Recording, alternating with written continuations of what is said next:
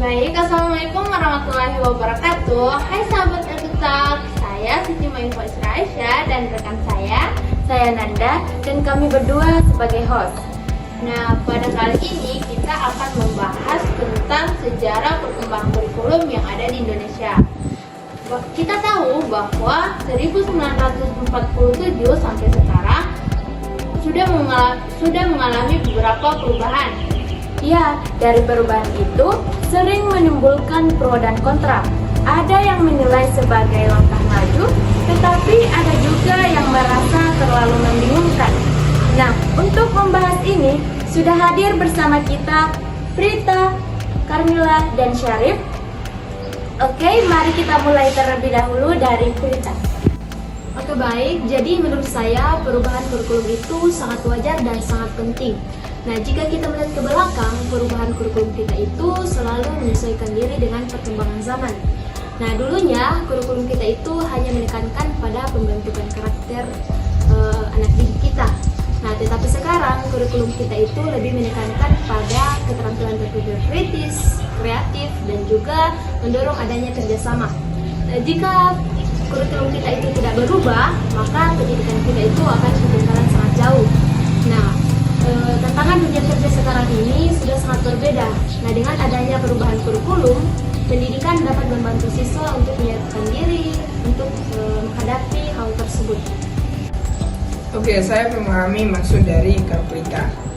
Tetapi, dilihat dari di sisi lain, perubahan kurikulum yang ada di Indonesia saat ini itu terlalu sering dan begitu cepat. Sehingga guru yang baru saja menyesuaikan dirinya dengan kurikulum yang ada, tiba-tiba ada lagi kurikulum baru, akibatnya guru ini merasa kewalahan, siswa pun merasa kebingungan, dan orang tua siswa pun merasa resah. Menurut saya, bukannya saya ini menilai atau berpendapat kalau kurikulum itu tidak perlu diubah, tapi yang lebih penting adalah konsistensi. Satu kurikulum yang dijalankan dengan baik, dievaluasi, baru lalu diperbaiki secara bertahap, itu lebih masuk akal daripada diganti terlalu sering dan terlalu cepat. Saya mengerti Kak Syarif, tetapi kalau kita menunggu terlalu lama hanya untuk sebuah konsistensi, maka kita akan kehilangan kesempatan untuk merubah kurikulum dan pendidikan kita sesuai dengan kebutuhan zaman. Nah, perubahan memang sulit, tetapi bukan untuk dihindari kan? Karena masalah utamanya di sini bukan dari kurikulumnya itu sendiri, melainkan bagaimana pendampingan kita bagi guru dan sekolah, dan bagaimana guru dan sekolah menyiapkan diri untuk hal tersebut. Saya melihat ada benarnya dari pendapat Kak Prita dan Kak Syarif. Namun menurut saya, yang menjadi masalah utama adalah kesinambungan. Setiap kali kurikulum baru berubah, seolah-olah dimulai dari awal lagi. Guru harus menyesuaikan dari nol dan siswa harus beradaptasi. Seharusnya ada kesinambungan, artinya kurikulum baru tetap menjalankan hal baik dari kurikulum sebelumnya dan memperbaiki kurikulum. Dengan begitu, perubahan tidak terasa terlalu drastis. Baik, menarik sekali ya. Jadi ada yang menekankan perlunya perubahan, ada yang menekankan pentingnya konsistensi, dan ada juga yang menekankan kesinambungan.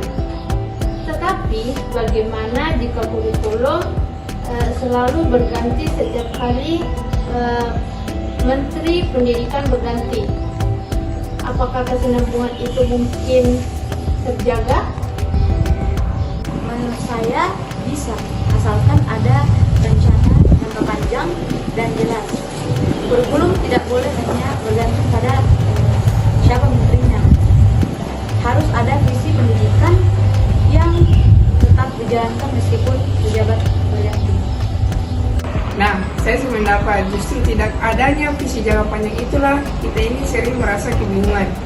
Kepada Kak Prita, saya ingin bertanya, menurut Anda apakah perubahan kurikulum yang begitu cepat ini masih benar-benar bisa diterapkan di sekolah-sekolah yang fasilitasnya masih terbatas.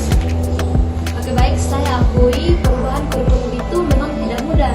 Tetapi bisa kita lihat perubahan kurikulum dari kurikulum yang lama menuju kurikulum yang baru itu mendorong guru dan siswa untuk lebih kreatif. Contohnya saja pada kurikulum Merdeka sekarang ini yang mendekatkan pada pendekatan deep learning, artinya mengajarkan pembelajaran yang mendalam. Jadi siswa tidak hanya belajar teori, tetapi mereka juga meningkatkan aspek kognitifnya, kemudian sikapnya dan juga kreativitasnya, dan juga berkompetisi pada abad ke-21.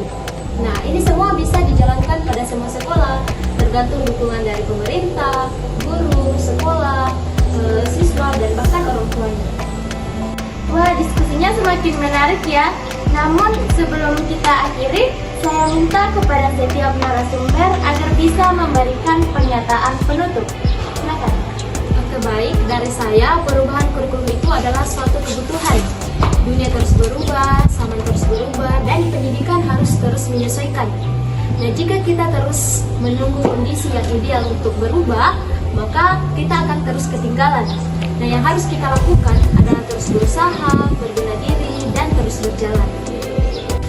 Oke, menurut saya berpendapat kalau konsistensi itu adalah hal utamanya. Kurikulum apapun bisa baik kalau kita jalankan dengan serius dan berkelanjutan. Justru kalau perubahan kurikulum yang terlalu cepat, guru pun merasa, guru dan siswa pun menjadi korban kebingungan. Lebih baik kita fokus memperbaiki kurikulumnya ini secara bertahap saja. Begitu. Adapun menurut saya, jalan tengahnya adalah kesinambungan. Kurikulum boleh berubah, tetapi harus ada benang merah yang jelas agar tidak terkesan terputus. Dengan begitu, guru, siswa, dan orang tua tidak lagi merasa kebingungan setiap kali ada perubahan. Baik, jadi jelas ya kalau kita menekankan pentingnya perubahan, Kak Syarif menekankan konsistensi, dan Kak Fardila menekankan pada kesinambungan. Oke, semoga perdebatan ini memberikan gambaran bahwa kurikulum itu bukan hanya soal kebijakan, tetapi juga soal masa depan pendidikan bangsa. Oke, terima kasih telah mendengarkan EduTalk. Sampai jumpa di episode berikutnya.